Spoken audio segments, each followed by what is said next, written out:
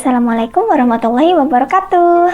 Di video ini aku akan menjelaskan penyelesaian volume benda pejal. Baiklah, kita masuk ke contoh soalnya.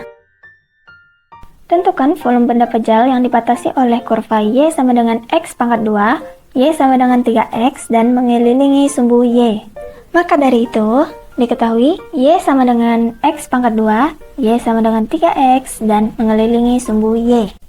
Nah, pertama-tama yang harus kita lakukan adalah mencari kurvanya terlebih dahulu. Kita pakai permisalan X sama dengan 0. Kita masukkan ke dalam Y sama dengan X pangkat 2. Kita substitusikan X sama dengan 0 ke dalam X-nya. Y sama dengan 0 pangkat 2. Y sama dengan 0. Jadi, titik koordinatnya adalah 0,0.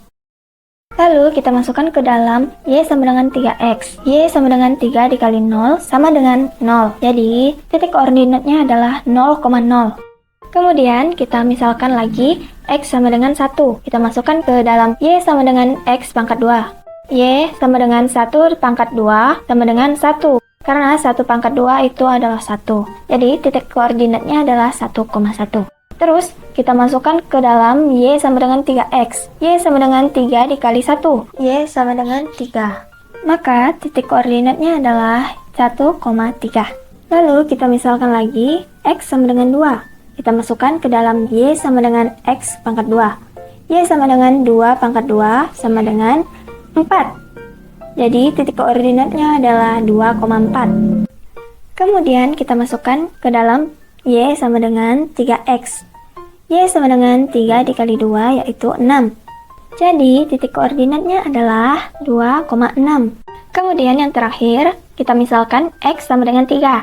Kita masukkan ke dalam Y sama dengan X pangkat 2. Y sama dengan 3 pangkat 2 sama dengan 9. Dapatlah titik koordinatnya yaitu 3,9. Kemudian kita masukkan ke dalam Y sama dengan 3X.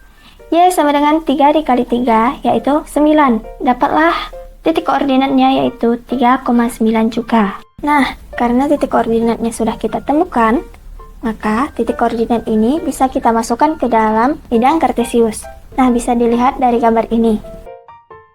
Setelah kita dapatkan kurvanya, barulah kita mencari jawaban volume benda pejal tersebut. Rumus dari benda pejal adalah delta V sama dengan 2pi X Fx delta X. Nah, karena Fx sama dengan Y atau Y sama dengan Fx, maka kita masukkan Y yang sudah kita ketahui tersebut. Sama dengan 2pi dikali X dikali 3X dikurang X pangkat 2 dikali delta X. Lalu kita kalikan X yang ada di luar ke dalam kurung 3X dikurang X pangkat 2. Dapatlah hasilnya 2pi dikali 3X pangkat 2 dikurang X pangkat 3 dikali delta X. Nah, karena batasnya belum kita ketahui, maka kita cari dulu batas atas dan bawahnya. Kita masukkan 3X pangkat 2 dikurang X pangkat 3 sama dengan 0. Lalu kita faktorkan X kuadratnya di luar dikali 3 dikurang X sama dengan 0. Kita dapatkan X kuadrat sama dengan 0. Akar dari 0 itu adalah 0, jadi X sama dengan 0. Batas bawahnya adalah 0. Yang kedua, 3 dikurang X sama dengan 0. Kita pindah ruaskan X-nya agar menjadi positif. Kita dapatkan 3 sama dengan X. Lalu kita balik X sama dengan 3. Maka, batas atasnya adalah 3. Setelah kita dapatkan batas atas dan bawahnya tersebut, kita masukkan ke dalam rumus volume benda pejal. Kita tuliskan 2pi integral dengan batas 0 sampai 3, 3X pangkat 2 dikurang X pangkat 3 dx. Lalu kita integralkan seperti biasa.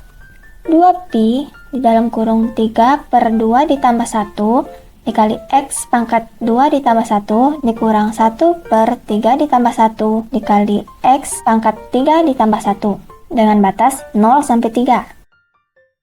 Kemudian setelah kita jumlahkan, dapatlah hasilnya 2pi dalam kurung X pangkat 3 dikurang X pangkat 4 per 4 dengan batas 0 sampai 3. Kemudian kita substitusikan batas atas dan bawahnya. 2pi di dalam kurung 3 pangkat 3 dikurang 3 pangkat 4 per 4 tutup kurung dikurang 2pi dalam kurung 0 pangkat 3 dikurang 0 pangkat 4 per 4 tutup kurung. sama dengan 2pi dikali 27 dikurang 81 per 4 dikurang 2pi dikali 0. Selanjutnya, 2pi dikali dalam kurung 108 dikurang 81 per 4 tutup kurung. Maka kita dapatkan 2pi dikali 27 per 4. 4 dan 2 bisa kita coret atau kita sederhanakan dan dapatlah hasilnya 27 per 2pi. Baiklah, sekian dari pembahasan volume benda pajal ini. Thanks for watching. Bye!